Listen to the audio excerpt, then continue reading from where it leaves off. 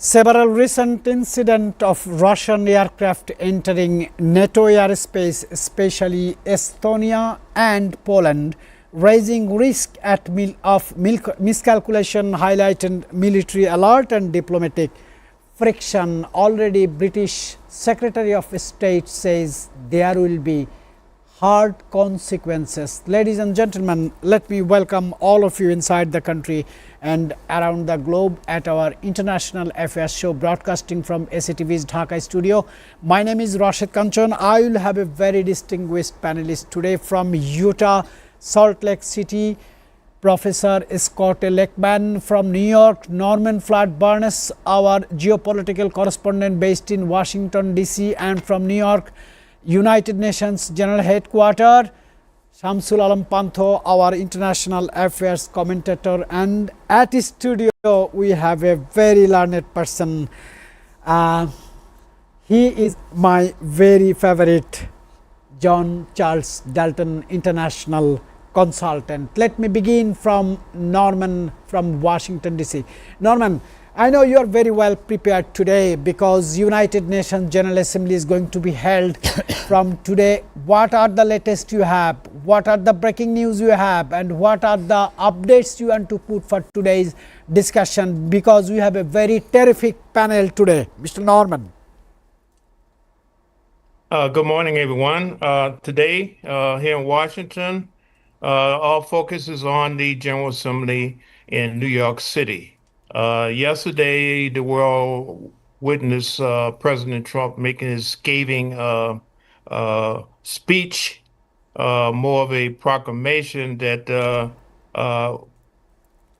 he believes that climate control, immigration, and other things will propel the European countries and other countries to basically go to hell.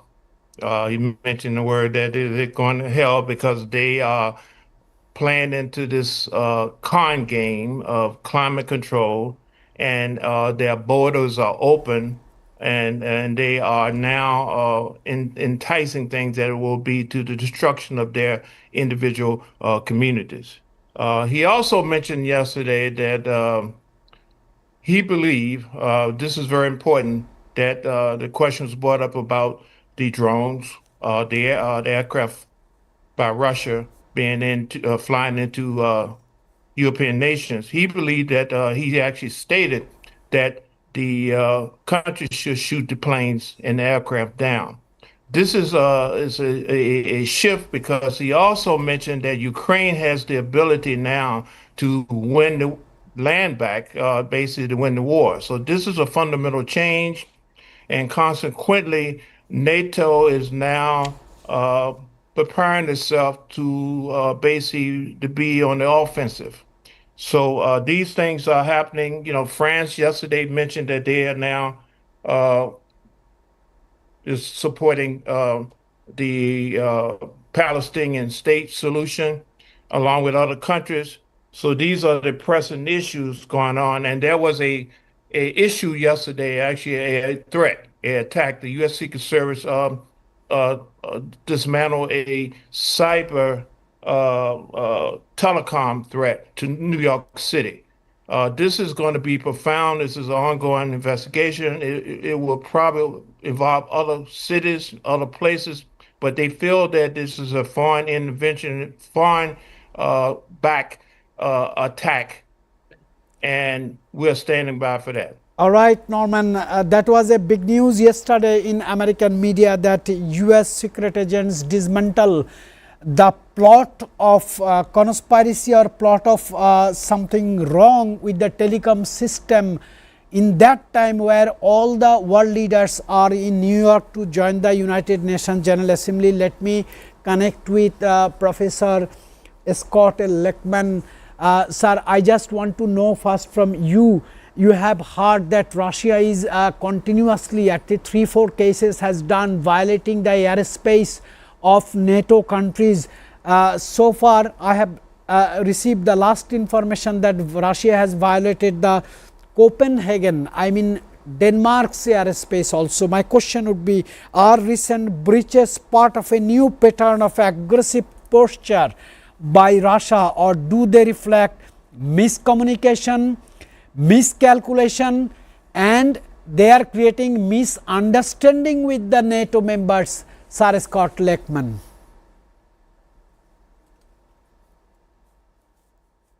Since the Putin meeting with Trump in Alaska, things have seemed to deteriorate.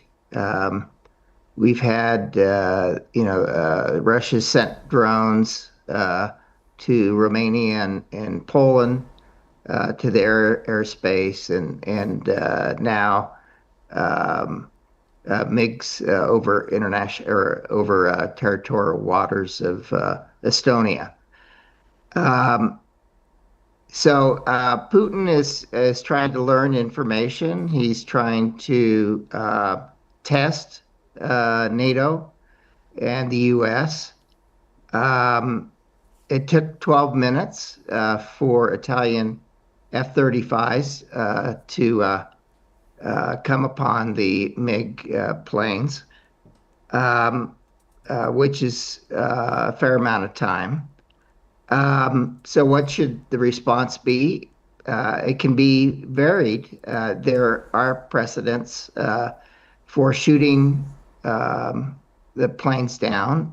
You'll recall in the 80s that Russia shot down a Korean air flight that had gone into their territory. And then a decade ago, Turkey shot down a Soviet plane or a Russian plane and suffered no consequences. So, as suggested, if it happens again, the planes can be shot down, or things less than that. These ghost vessels carrying Russian oil are going through the Baltic Sea. They could be stopped by NATO forces, slowed down. So there's a gradation here. But it seems that Russia is going to keep pushing the issue until they meet some resistance. All right, sir. Here is in the studio John Dalton. He is very experienced on international issues. Sir, my question is, do you think Russia is doing its final provocation to the NATO members to come for the confrontation? Along with, I have one question I prepared for you, sir. What legal frameworks govern violations of sovereign airspace under international law, and how do they apply to the recent incidents with Russia over NATO territories, sir? Mm-hmm. Well, that law is very, very clear that without authority and permission, hostile military vehicles are not allowed, military airplanes are not allowed to fly in the designated airspace of a country.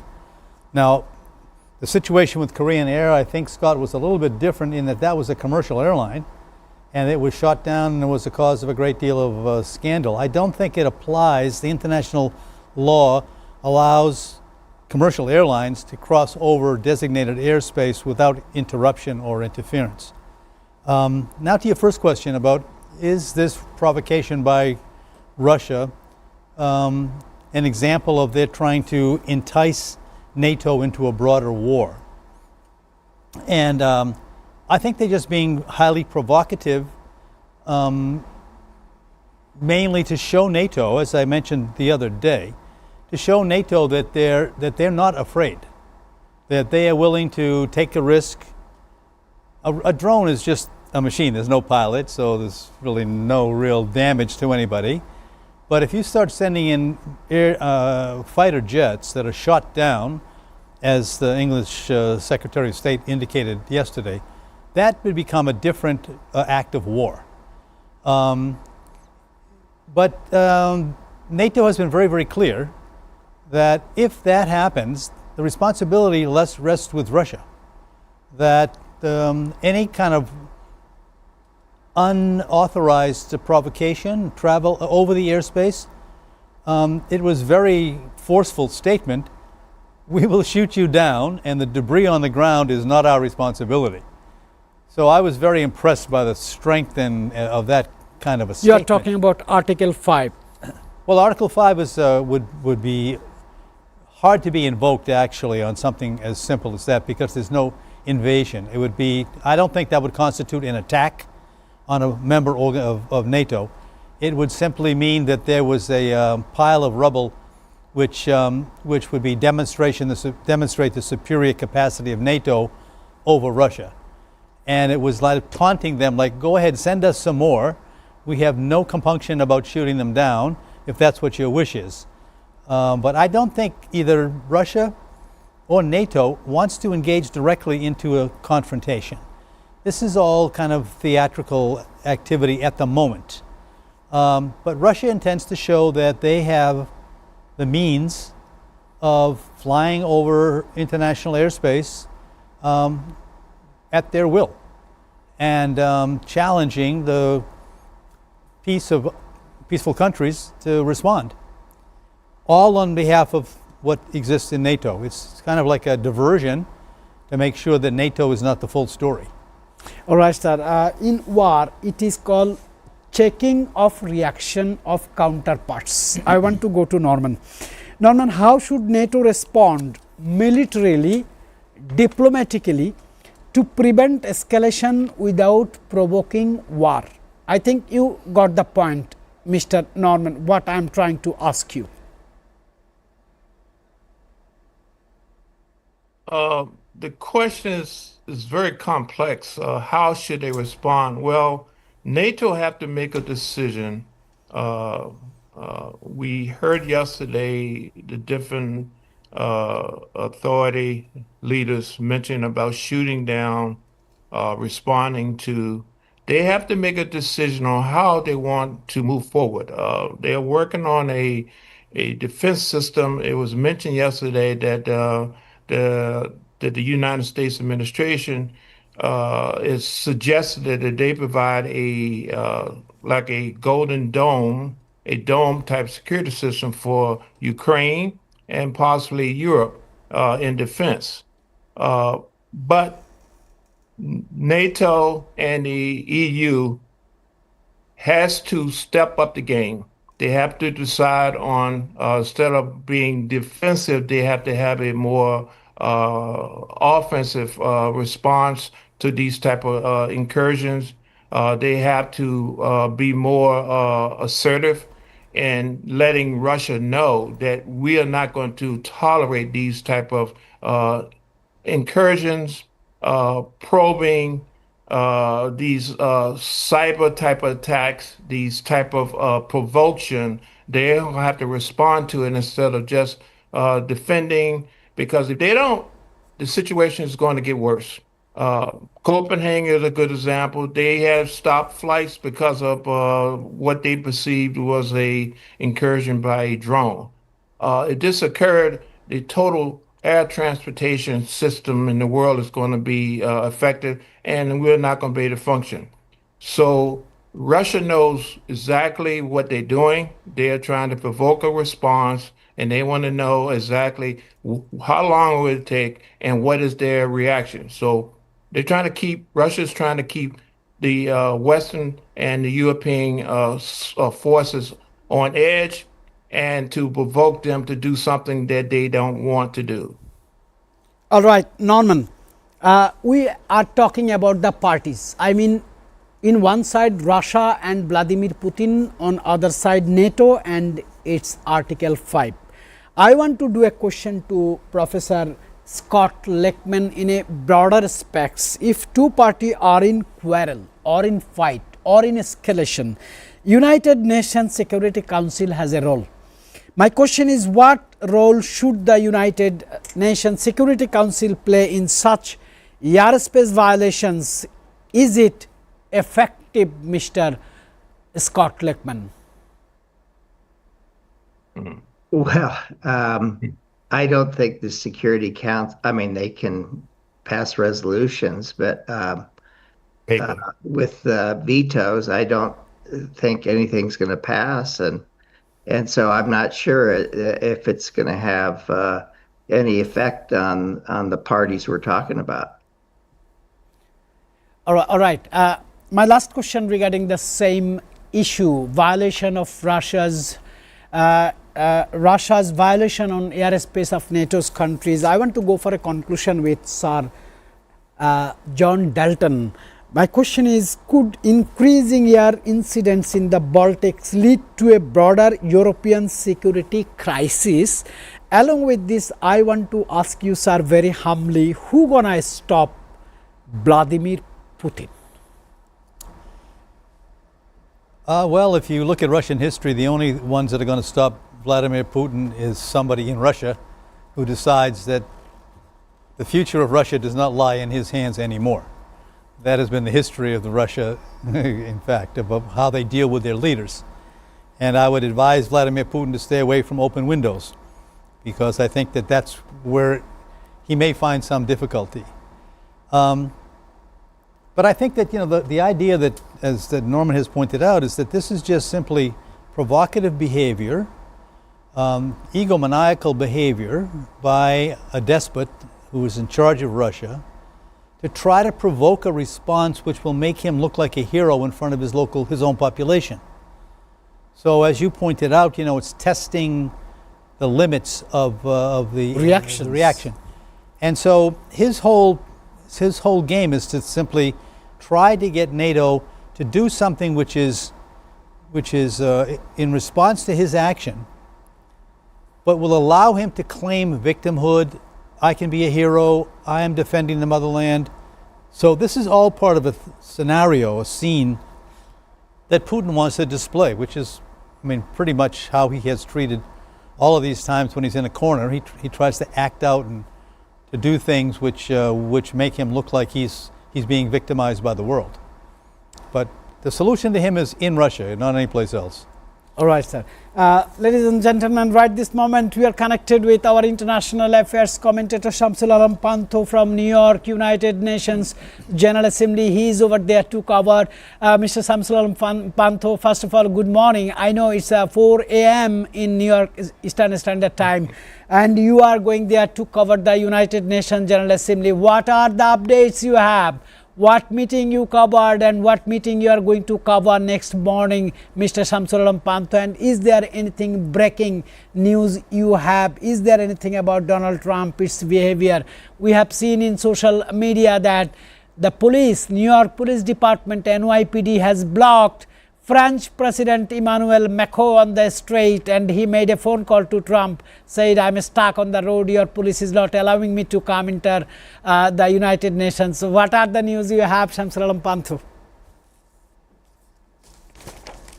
Well, a very good morning to you, Mr. Rashid Kanchan, and of course, welcoming all our panelists on the program today, and Mr. Norman Floyd Barnes, and of course, John Charles Dalton, who's also with us alongside Mr. Scott Leckman.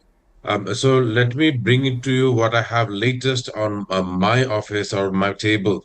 We understand that Donald Trump had delivered an opening speech earlier today, and doing so, some of the issues regarding a teleprompter was highlighted earlier on before he opened his speech. But some of the things that he had said, which has made the headlines, include how various world leaders were inside or nearby in this precinct. And of course, I was there on the First Avenue, right across the street from the United Nations headquarters. And to be honest, the security here is probably the most secure place on earth right now, and that's how it's going to be up until Friday.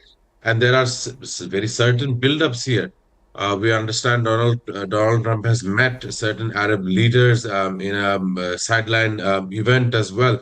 And in the coming couple of hours, we're also going to see some kind of diplomatic bilateral discussion going on between Prime Minister Shehbaz Sharif of Pakistan and, of course, POTUS, who is also known as the President of the United States of America. So these are the issues that I have been picking out from my time in Manhattan, New York. But of course, the weather, the temperature, and everything else that is going on here is definitely regarding the Israeli aggression inside Palestine and the Gaza people and the two-state solution and how that can be implemented. Most of the members who are coming to speak at the podium in the invitation of the head of the chair of the UN is, of course, they're all talking out towards arriving at a two-state solution. Of course, these are still early. Today, we're seeing how regular Americans are coming towards the barricaded zone or right in front of the barricaded zone and are coming in support of Palestine while in protesting against Israel.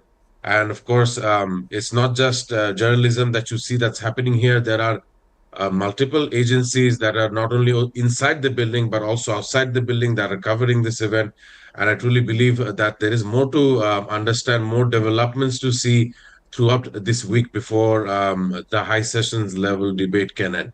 Mr. Shamsul Alam Panto, would you mind to give us a little experience about the security, because New York is so far in the highest alert of security. One secret agency has dismantled something wrong was going regarding the telecommunication system over there. That became top news in US medias. Please tell us your experience on security issues you have seen, because we have seen a video that French president is waiting in the street and one constable policeman stopped him and he made a phone call to President Donald Trump, and this became very viral to the world in just a couple of minutes. So what happened was President Emmanuel Macron of France, he was well met with a police officer of NYPD who had told him that Potus's motorcade was using certain routes in which he had to wait almost about 10 to 15 minutes. But later, that he had called President Donald Trump and described the situation. This comes just to show how much security protocol is being maintained in and around the headquarters of the United Nations here in Manhattan. And of course, it's the leaders of the global order of various sections of the globe that are here in New York, which represent a lot of issues. However, we understand that the majority issue in this year's UN General Assembly is definitely regarding the state of Palestine, and certain countries are leaning towards it. And of course, we know how blatantly America sees it as a way of for awarding Hamas what they think is a way of awarding Hamas. But this gruesome war has already taken 65,000 plus casualties. All right, please stay online with us. We have so many things to discuss, especially Israel-Palestine issue. I want to put a first question to Professor Scott Lackman. Given the latest developments, what are realistic short-term paths to reduce civilian suffering in Gaza? 8 corridors, ceasefires and diplomacy. Sir Scott Lackman from Salt Lake City, Utah.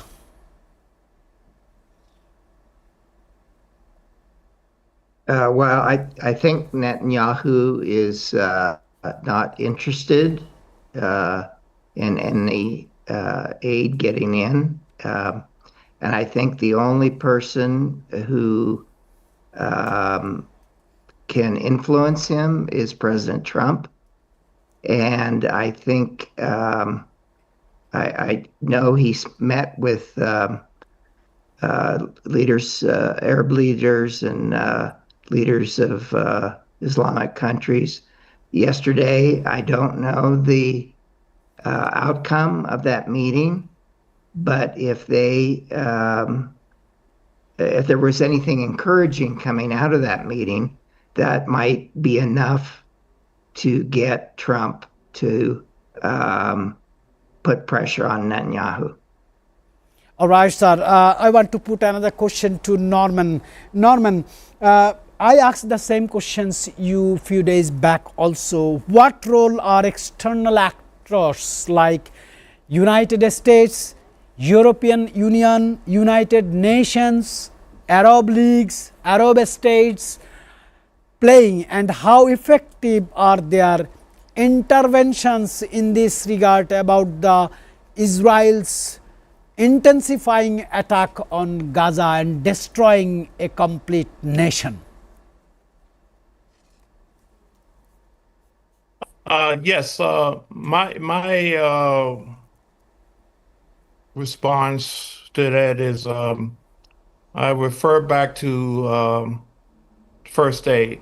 The United Nations released a report, and the report stated that during the annual, this is the annual meeting. This is a report on Israel and the conflict that's going on with Hamas. And the report indicated that the Israeli force have engaged in what we call a systematic destruction of civil life in Gaza. They have indicated their intentions. They have a clear intention to basically remove all of the existing Palestinian people out of the region. They have a plan. They have an intention to do that.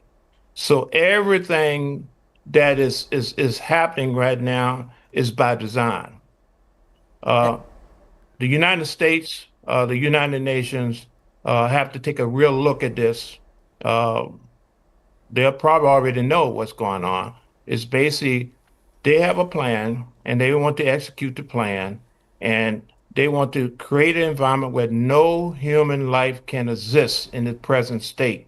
So it has to be rebuilt, and it has to be rebuilt on their terms. Sir, So I want to everything include Shamsul Alam Pantho, SCTV's international affairs commentator, in this perspective. How is recognition of Palestine statehood by some Western countries, including Australia, alerting the diplomatic landscape in West? Mr. Shamsul Alam Pantho.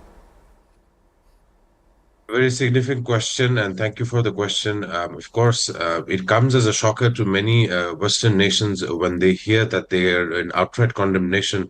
And of course, it is first it's condemnation, which is definitely followed by economic sanctions, if not a recognition of Palestine and how Israel and if not also America sees it as a way of awarding Hamas for whatever they've been doing for the last 2.5 years between this escalation. And of course, Donald Trump, during his address today or during his opening, he had mentioned how the United Nations is lacking on various issues. But coming back to the issue of a two-state solution and how it's going in, and it's not just condemnation that we see here. Even as I was monitoring the situation during the day, everyone knows that it's a very early morning. So when I was monitoring the situation, we realized that general people are carrying out their silent protest, their silent support of Palestine. They see this ongoing activities that are making Israel look so bad on this international stage.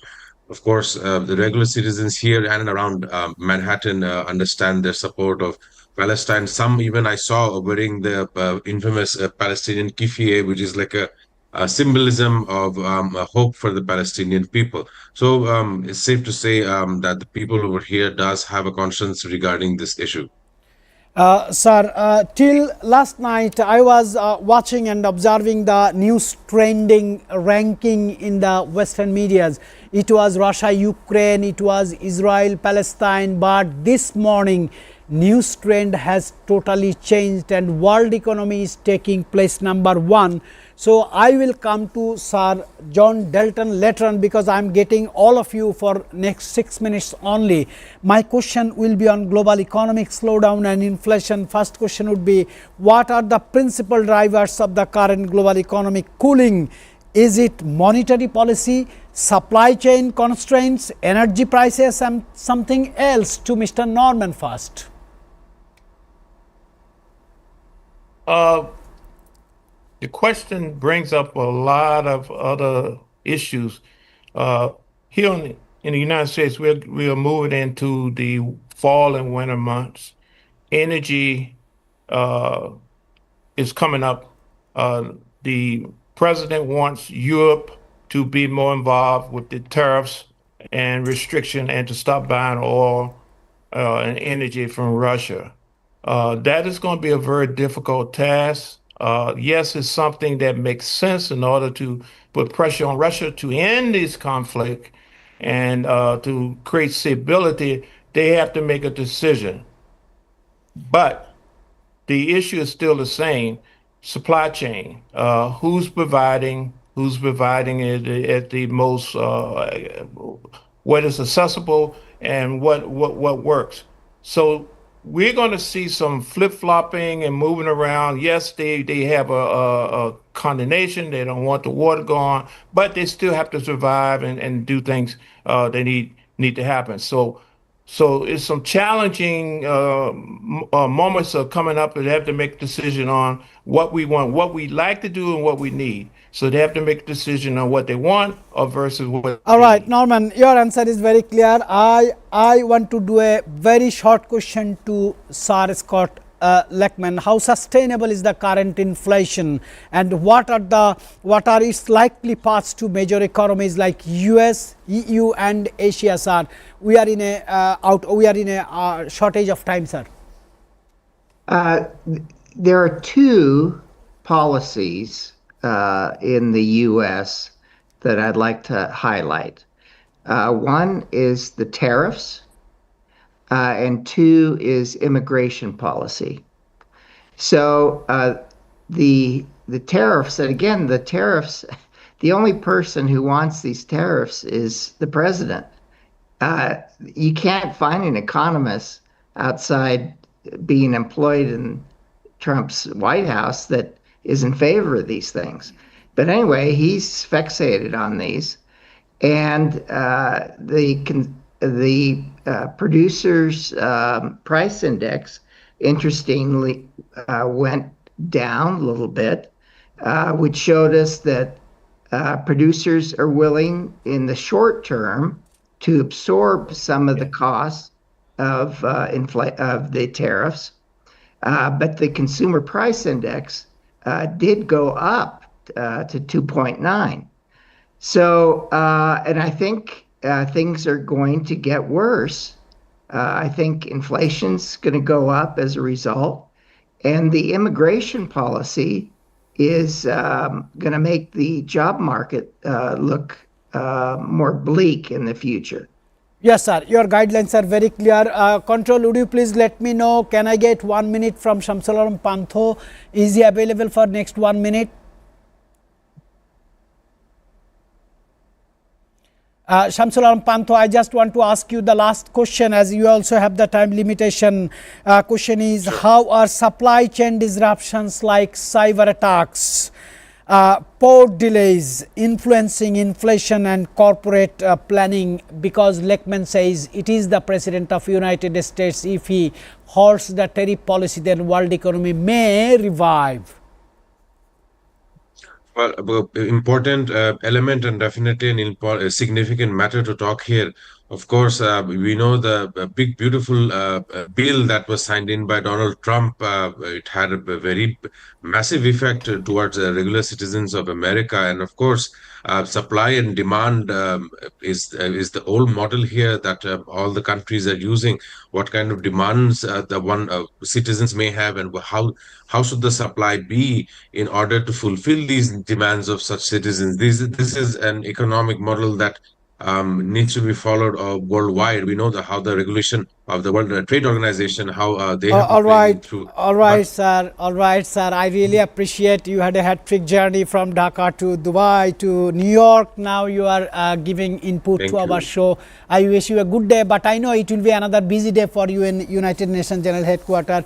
Ladies and gentlemen, we have talked with Scott Lechman, Norman, and Shamsulam Pantho. Will be back in studio with only one and only panelist today, my favorite, Sir John Charles Dalton, after the short break.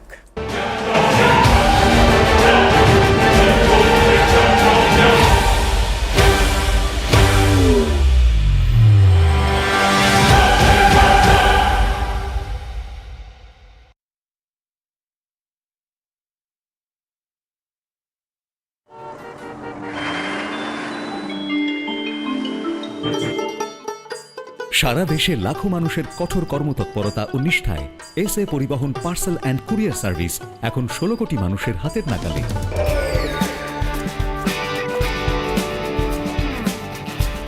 দীর্ঘ ৩০ বছর ধরে বিশ্বস্ততা ও দ্রুততার সাথে সেবা দেওয়ায় গ্রাহক সেবায় এখন শীর্ষে।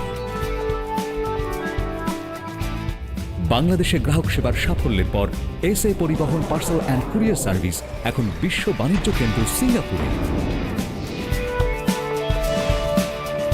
আপনার যে কোনো পণ্য সিঙ্গাপুর থেকে বাংলাদেশে বুকিংয়ের জন্য যোগাযোগ করুন। এসএ পরিবহন private limited, logistics parcel and courier service, 22 Roberts lane, Singapore 218302। Phone 0065 629 24900।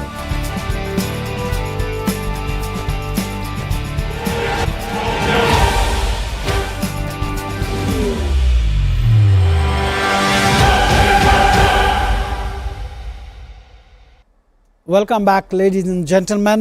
We have a very distinguished panelist in the studio, Sir John Charles Dalton, international consultant, but he is very good in different versatile subjects. Sir, I want to come to the financial issues of the world. Yeah. The world is facing economic slowdown and inflation, and this time it is a record in the world that all countries are talking about it. I want to do a question regarding this.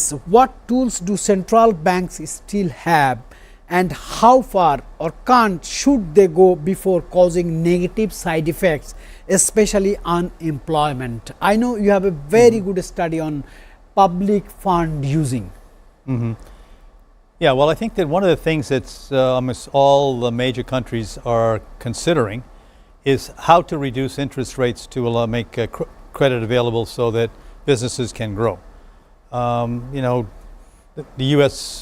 Federal Reserve reduced interest rates by 1/4 point in the hopes that it would encourage more investment and make money cheaper to buy. And that's happening all around the world. I mean, low interest rates will in fact, or in theory, economic theory, will promote economic activity and there will be more borrowing and therefore more investment. But let me go back to the questions that you were talking about before about like what factors and how this is affecting the economy.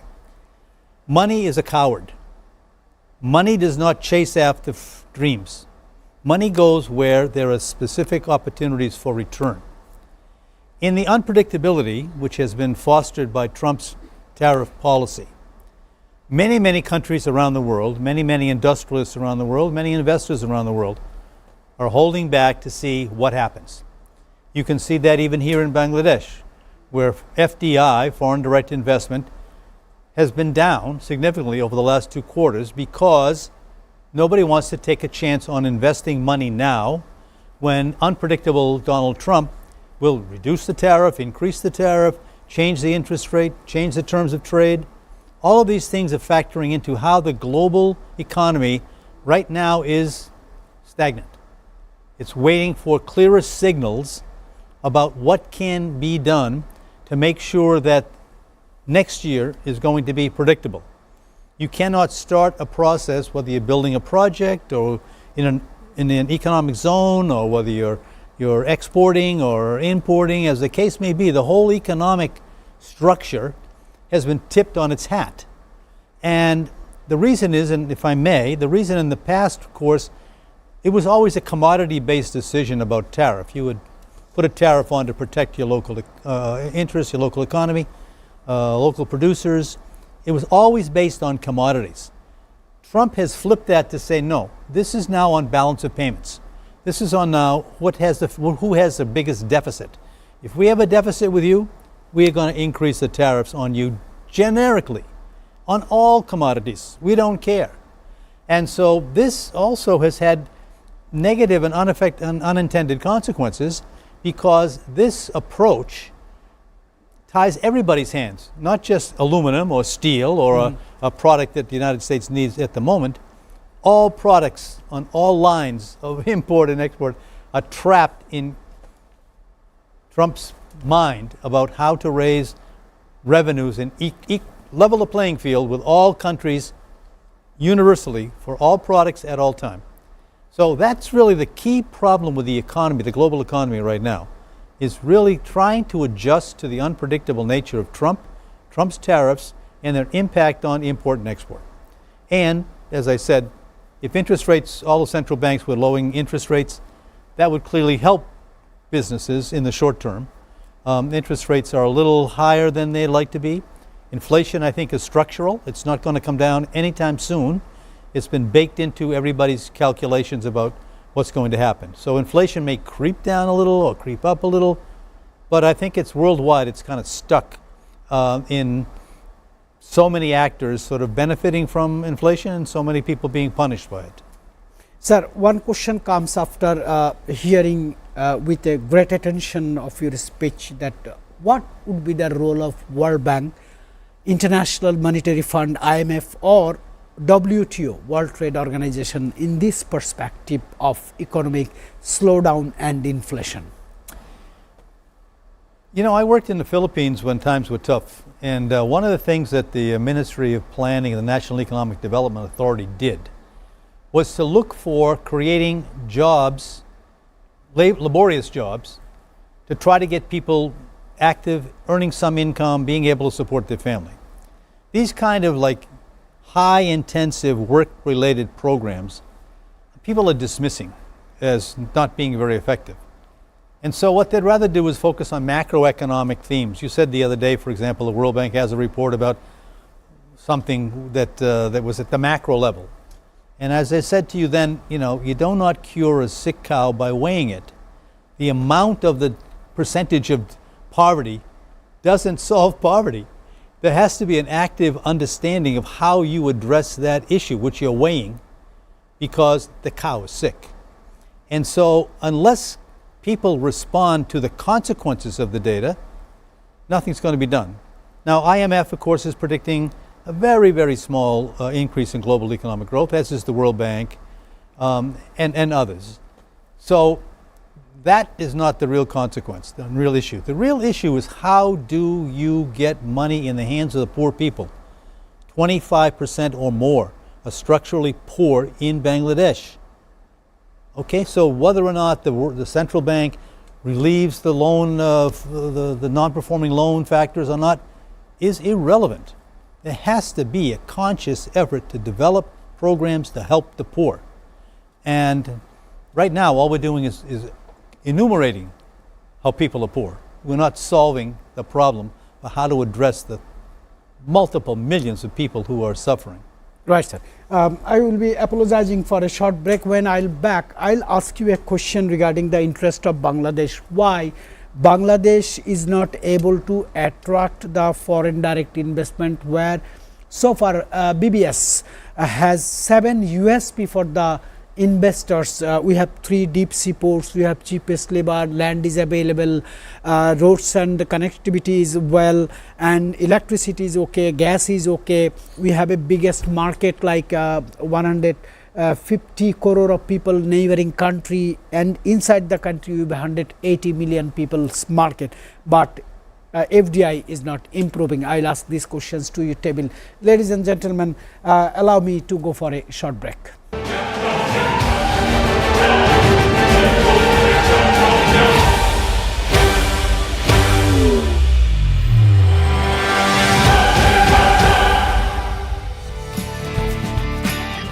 Bangladesh থেকে সিঙ্গাপুরে পণ্য booking এর জন্য যোগাযোগ করুন ঢাকা সহ দেশের যে কোনো ৮০টি শাখা কেন্দ্রে।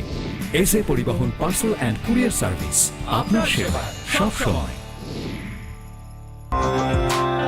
Welcome, Grand Palace Hotel, Dhaka.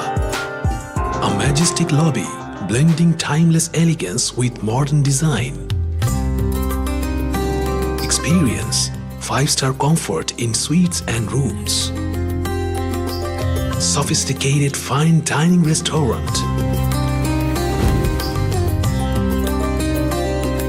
Crystal clear swimming pool for ultimate relaxation. Modern gym and serene spa for well-being.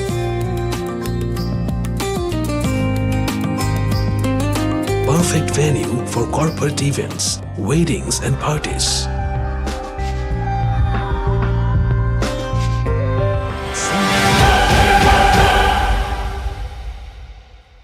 Welcome back, ladies and gentlemen. As we are talking about the economic slowdown and inflation, I said that I will ask a big question to John Charles Dalton, international consultant, sir. Bangladesh has so many USPs.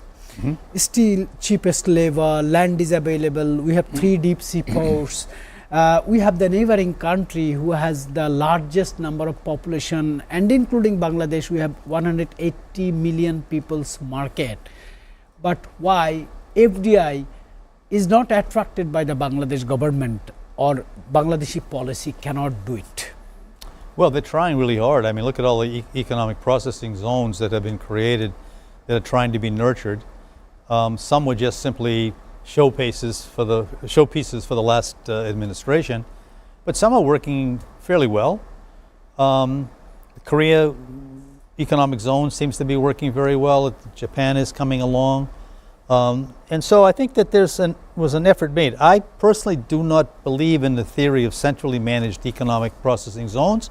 I believe they have to be decentralized management. They have to be taxed at the local level. That's my experience in working with countries overall. But why FDI doesn't come, I've written down 4 factors that just immediately come to my mind. Corruption. Okay, let's just say that Afghanistan is not included. The lowest rated, the highest rated, most corrupt country in all of South Asia is Bangladesh. And people say, well, so what? So what? I mean, it's been socialized. Corruption is now pervasive, not just in government, but in society. So there needs to be an effort made to improve integrity, the fundamental belief in a certain set of principles that will guide everyone. Poor integrity, high corruption. Electoral issues are also, in terms of how people outside would look at it, okay, what's going to happen? What is the next administration going to look like? What will be its policies? You know, we don't have the manifesto yet for the BNP or Jamaat or the political parties that seem best poised for the next election.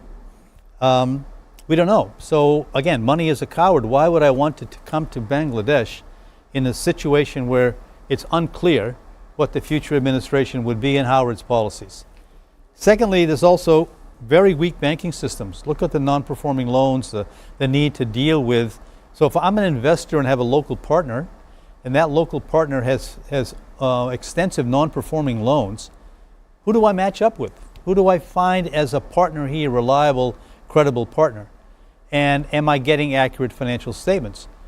According to Bangladesh, to Transparency International, 263 billion US dollars have been stolen from Bangladesh over the last 10 years through the collusion and cooperation of the individual who stole the money and all of those actors around it which enabled it, whether it was accountants or rating agencies or banks or whoever.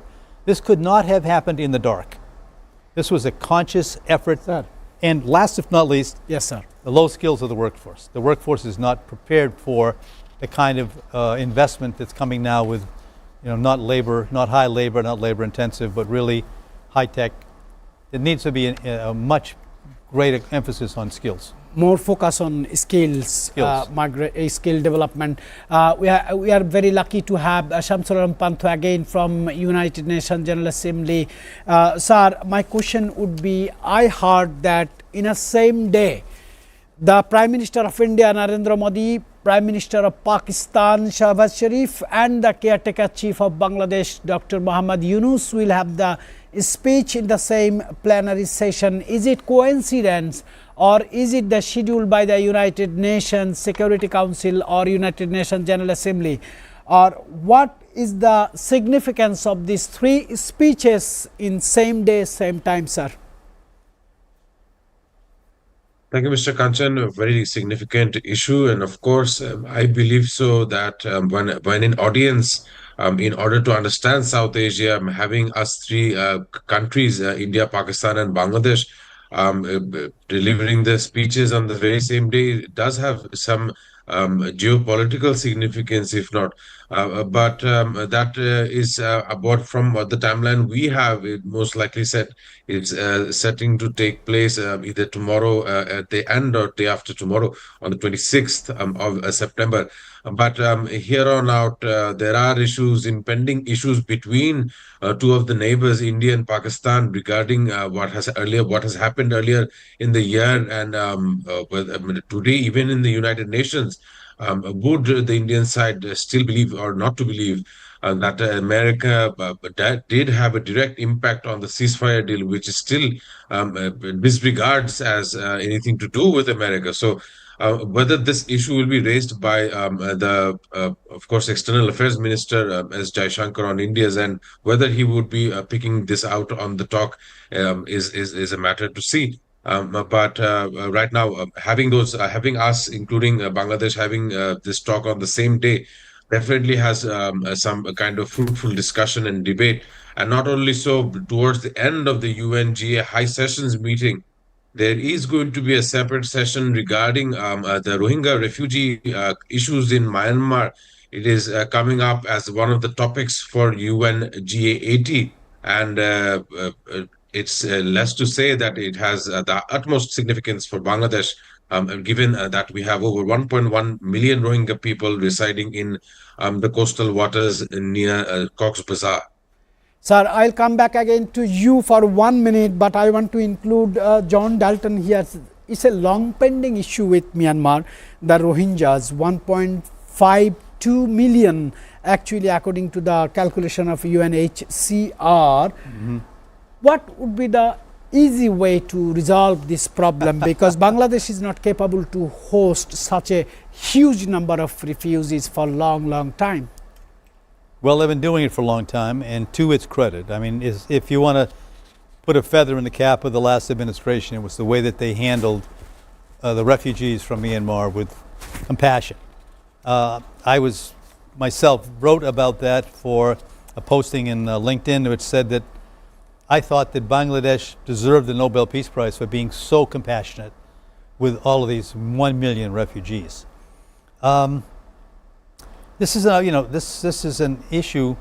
I watched your show the other day, and someone here was saying, well, historically, all of the people in Kanbar province were Bengali, so that these refugees actually share something in common with Bangladeshi inherent population, and that they're really all the same ethnic group. So they're not really refugees. They're they're coming home, which is sort of an interesting issue.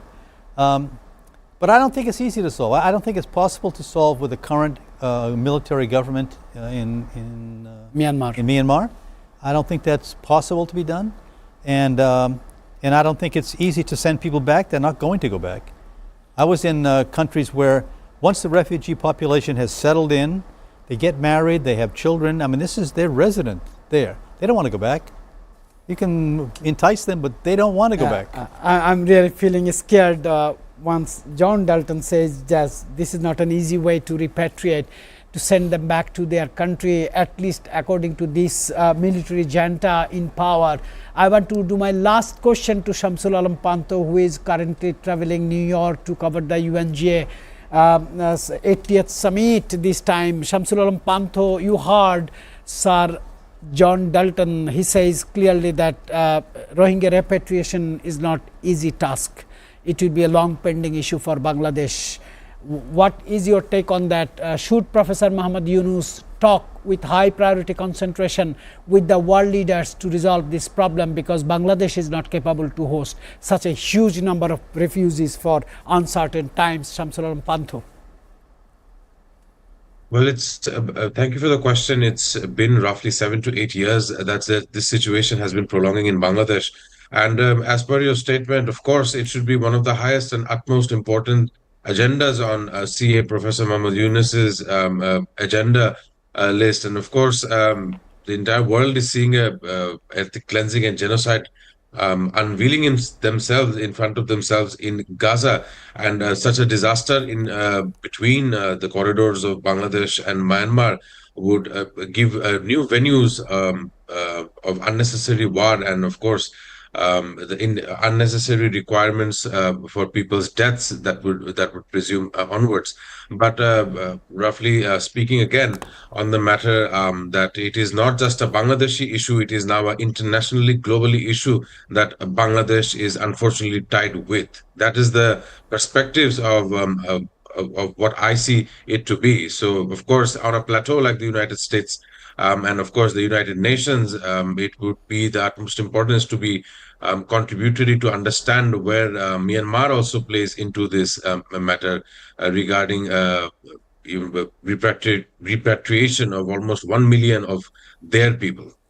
I really appreciate Samshalam Pantho, our international affairs commentator in New York. I really appreciate you. Have a great day, and I have special gratitude to John Charles Dalton, international consultant, to be in the studio and putting your very thought-provoking, very important, relevant comments on this show. You have enriched our show today, sir. Thank you very much. Thank you very much. Ladies and gentlemen, I will again see you tomorrow.